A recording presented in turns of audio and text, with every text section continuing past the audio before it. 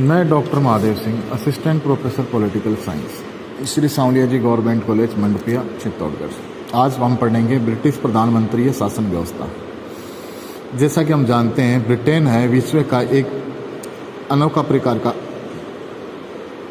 संविधान वाला देश है।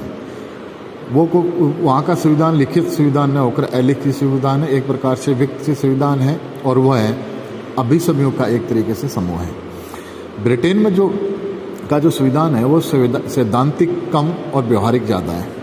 हम सैद्धांतिक अध्ययन के स्थान पर अगर व्यवहारिक अध्ययन के आधार पर ब्रिटेन की जो संविधान है उसकी शासन व्यवस्था की जो प्रमुख विशेषताएं हैं उनको देखते हैं, तो हमारे सामने जो सबसे बड़ी विशेषता उभर कर सामने आती है वह है प्रधानमंत्री शासन व्यवस्था, prime minister government. Prime ministerial government से तात्पर्य यह होता है कि आज ब्रिटेन में जो शासन है उस शासन व्यवस्था में प्रधानमंत्री का सर्वोच्च स्थान, यानी ब्रिटिश संविधान और शासन व्यवस्था का जो सत्ता का जो केंद्र है वह प्रधानमंत्री बन गया, और संपूर्ण शासन प्रणाली का वह आधार है, यानी सारी की सारी शक्तियाँ प्रधानमंत्री के अंदर ही समाहित हो गई है। ब्रिटिश जो संसदीय व्यवस्था है वो एक गतिशील शासन व्यवस्था है। उसकी प्रकृति में हम 3 चरण देखते हैं। पहला संसदीय व्यवस्था है, दूसरा मंत्रिमंडलीय व्यवस्था है, तीसरा प्रधानमंत्री व्यवस्था है। पहली बात करते हैं संसदीय व्यवस्था की। गतिशीलता ब्रिटिश संविधान की प्रमुख विशेषता रही है, और ब्रिटिश संसदीय व्यवस्था भी गतिशील रही है। इसकी प्रकृति में गतिशीलता निहित है। सर्वप्रथम 17वीं शताब्दी में संसदीय व्यवस्था को अपनाया गया और संसद सत्ता का केंद्र थी, परंतु कालांतर में ये संसद सत्ता का केंद्र नहीं रही और इसके स्थान पर मंत्रिमंडलीय व्यवस्था ने संसदीय शासन व्यवस्था का स्थान ग्रहण कर लिया, और अब मंत्रिमंडल संपूर्ण सत्ता का केंद्र बन गई। हम देखते हैं कि कुछ ऐसे फैक्टर्स हैं, कारक हैं जो मंत्रिमंडलीय व्यवस्था को प्रभावी बनाते हैं, यानी संसदीय व्यवस्था से मंत्रिमंडलीय व्यवस्था में रूपांतरण करने वाले कारकों में सबसे पहला है व्यापक मताधिकार। हम जानते हैं इंग्लैंड में लोगों को व्यापक मताधिकार दिया गया। इसमें भी स्त्री पुरुष सभी को अधिकार दिया गया। जब व्यापक स्तर पर अधिकार दिया तो समाज के सब वर्गों को मताधिकार मिला, सब मतों को संसद और मंत्रिमंडल में प्रतिनिधित्व मिला, तो मंत्रिमंडल ये व्यवस्था मजबूत हुई। और इसमें जो मंत्रिमंडल व्यवस्था में मजबूत करने में इससे भी बड़ा जो रोल निभाया है वो निभाया है द्विदलीय व्यवस्था ने। ब्रिटेन के अंदर 2 दलीय व्यवस्था है। मुख्यतः कंजर्वेटिव पार्टी और लेबर पार्टी, ये 2 ही वहाँ सत्ता में रहती है। लिबरल पार्टी भी है, परंतु जब हम बात करते हैं द्विदलीय व्यवस्था में, तो द्विदलीय व्यवस्था में नेताओं का प्रभाव, जो सब टॉप लीडरशिप है उसका प्रभाव बढ़ जाता है। टॉप लीडरशिप आगे मंत्रिमंडल या सरकार में स्थान ग्रहण करते हैं, और इन दलीय व्यवस्थाओं में एक संगठन होता है और कठोर अनुशासन की प्रवृत्ति होती है, जिससे संसदीय सदस्य अपने टॉप लीडर की बातों को मानने के लिए बाध्य होते हैं, जिसमें व्हीप भी एक उदाहरण है। अब हम बात करते हैं प्रधानमंत्री व्यवस्था। अब ये जो कैबिनेट सिस्टम है वो प्राइम मिनिस्टर सिस्टम में बदलता है। हम जानते हैं 20वीं शताब्दी संघर्षों का दौर रहा है, कई आपदाओं का दौर रहा है, तो इस 20वीं शताब्दी में टॉप एग्जीक्यूटिव पावर्स के पास ही पावर्स का सेंट्रलाइजेशन हुआ। ऐसी प्रवृत्तियाँ देखी, और द्वितीय विश्व युद्ध के बाद में तो मंत्रिमंडलीय शक्ति एक तरीके से प्रधानमंत्री व्यवस्था में परिवर्तित कर गई, और प्रधानमंत्री संपूर्ण सत्ता का केंद्र बन गया।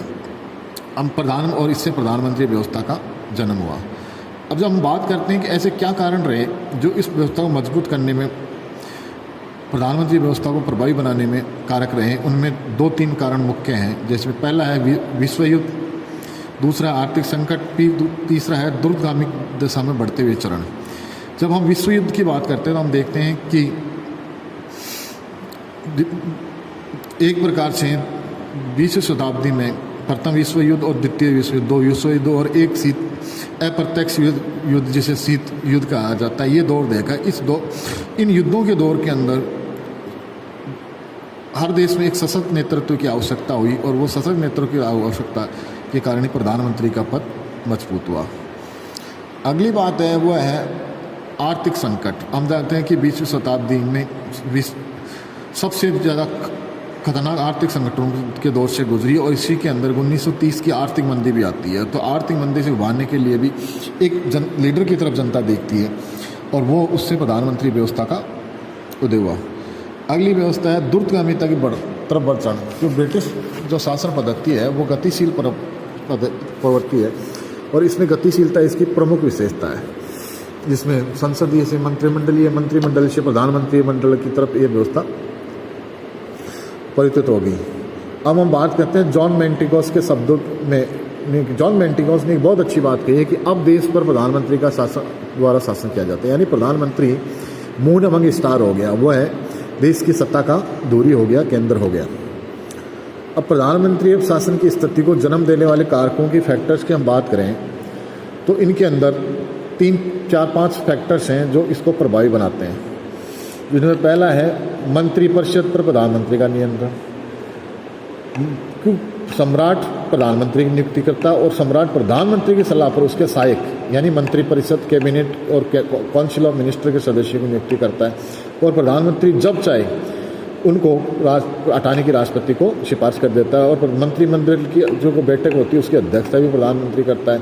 इसलिए कहते हैं कि प्रधानमंत्री समकक्ष में प्रथम है और मंत्रिपरिषद उसका कठोर नियंत्रण रहता है। संसद पर प्रधानमंत्री का नियंत्रण, क्योंकि प्रधानमंत्री कैबिनेट का भी हेड होता है, साथ साथ वो दल का भी हेड होता है, तो संसद के अंदर, और वो दल का सर्वोच्च लीडर होता है, तो संसद पर उसके प्रभाव होता है, उसके व्यक्तित्व और कर्तृत्व का भी सांसदों पर प्रभाव पड़ता है।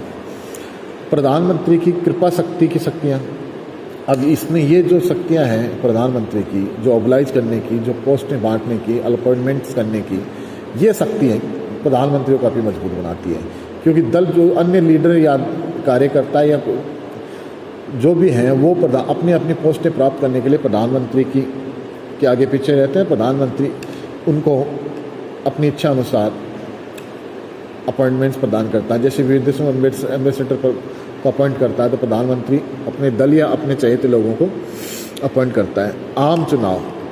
आम चुनाव के अंदर हम देखते हैं कि वो दलों के मध्य होता है, परंतु हर दल को अपना एक जनता के सामने एजेंडा पेश करना होता है और अपना एक चेहरा पेश करना होता है कि उसकी दल की सरकार आई तो वो इस व्यक्ति के नेतृत्व में, इस नेता के नेतृत्व में अपने इस एजेंडे को पूरा करेगा। तो भी आम चुनाव के अंदर जो दलों के मध्य न होकर दो प्रधानमंत्री के कैंडिडेट के मध्य चुनाव हो जाते हैं। जेनिक्स ने कहा कि आम चुनाव प्राथमिक रूप से प्रधानमंत्री का चुनाव होता है।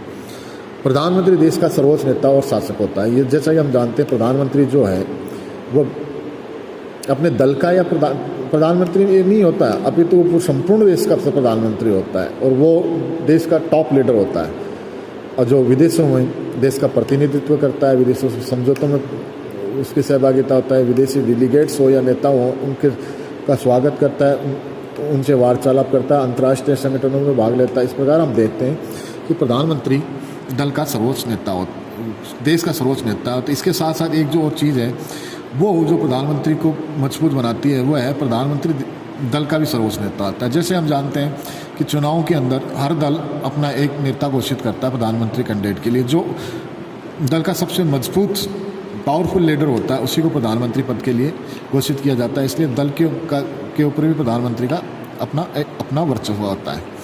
इस प्रकार हम देखते हैं कि प्रधानमंत्री मून अमंग स्टार्स हैं, परंतु ऐसा नहीं है कि लोकतांत्रिक व्यवस्था है ब्रिटेन में। लोकतांत्रिक व्यवस्था में अपनी कुछ सीमाएँ मर्यादाएँ होती है, वो मर्यादाएँ प्रधानमंत्री शासन पर भी लागू होती है। कुछ चेक्स हैं जिनकी हम बात करते हैं जो प्रधानमंत्री को नियंत्रित करते हैं। उनमें पहला है संसद, क्योंकि संसद कानून निर्मात्री सदन है, प्रधानमंत्री भी उसी का हिस्सा है, तो प्रधानमंत्री की मनमानी के ऊपर निश्चित रूप से संसद नियंत्रण करती है। दूसरी, क्योंकि संसद में जो भी बिल पारित होना होता है वो संसद में पारित होता है। प्रधानमंत्री तभी तक अपनी पोस्ट पे है जब तक उसको संसद यानी लोक सदन के अंदर बहुमत प्राप्त है। दूसरा है मंत्रिमंडल, कि मंत्रिमंडल प्रधानमंत्री के सलाहकार होता है और मंत्रिमंडल में सामान्यतः सीनियर लीडर्स पार्टी के होते हैं जो प्रधानमंत्री के व्यक्तित्व के लगभग इक्विवेलेंट होते हैं। उनके सहमति से प्रधानमंत्री कार्य कर पाता है, उनको ओवरराइड नहीं कर पाता, मनमर्जी नहीं कर सकता। तीसरा है राजनीतिक दल, कि राजनीतिक दल जिस दल का प्रधानमंत्री होता है उस दल का प्रधानमंत्री प्रेशर्स होता है उसकी नीतियों को, उसके एजेंडे को लागू करने का। अगला है लोक सेवाएं, पब्लिक सर्वेंट है ना, ये कि चाहे वो कोई भी सिस्टम हो उसके अंदर प्रभावी रहते हैं। सिविल सर्वेंट्स एक प्रकार से प्रधानमंत्री को कानूनी और विधिक बाध्यताओं में रखते हुए उस पर नियंत्रण बनाते हैं। अगला है दबाव समूह कि हर देश के अंदर अलग अलग प्रकार के दबाव समूह होते हैं। वो दबाव समूह अपने डिमांड्स को लेकर प्रधानमंत्री पर डायरेक्ट इनडायरेक्ट तरीके से दबाव डालते हैं और प्रधानमंत्री को ये मजबूत करते हैं कि वह उनके अनुसार नीतियाँ और निर्णय ले। इस प्रकार प्रधानमंत्री अपनी मनमानी नहीं कर पाता। और नेक्स्ट है प्रेस। जैसे कि हम जानते हैं मीडिया को लोकतंत्र का चौथा स्तंभ कहा जाता है और मीडिया की अवहेलना करना आज के ज़माने में किसी भी नेता या किसी भी सरकार के लिए संभव नहीं है। मीडिया क्योंकि जनता में सरकार की कमजोरियां उजागर करता है, उसके गलत कामों की आलोचना करता है, प्रधानमंत्री के जो कार्य व्यवहार हैं उसकी समीक्षा करता है। तो इस प्रकार मीडिया भी प्रधानमंत्री के कार्यों पर नियंत्रण रखता है। अगला जो संबंध है कि अंतर्राष्ट्रीय संबंध या अंतर्राष्ट्रीय समझौते कानून। कोई भी प्रधानमंत्री, क्योंकि कोई भी देश होता है वो अंतर्राष्ट्रीय जगत में अकेला नहीं रह सकता, तो उसको अंतर्राष्ट्रीय जगत के साथ मिलकर काम करना पड़ता है। तो प्रधानमंत्री भी है, वो भी अन्य देशों के साथ संबंध होता है, वो उसके ऊपर बाध्यता रखते हैं। अंतर्राष्ट्रीय कानून है, अंतर्राष्ट्रीय नैतिकताएँ हैं, वो प्रधानमंत्री की मनमानी पर नियंत्रण करते हैं। इस प्रकार हम देखते हैं कि ब्रिटेन में प्रधानमंत्री की जो स्थिति है, प्रधानमंत्री की शासन की स्थिति है, लेकिन प्रधानमंत्री शासन की सीमाएं भी हैं।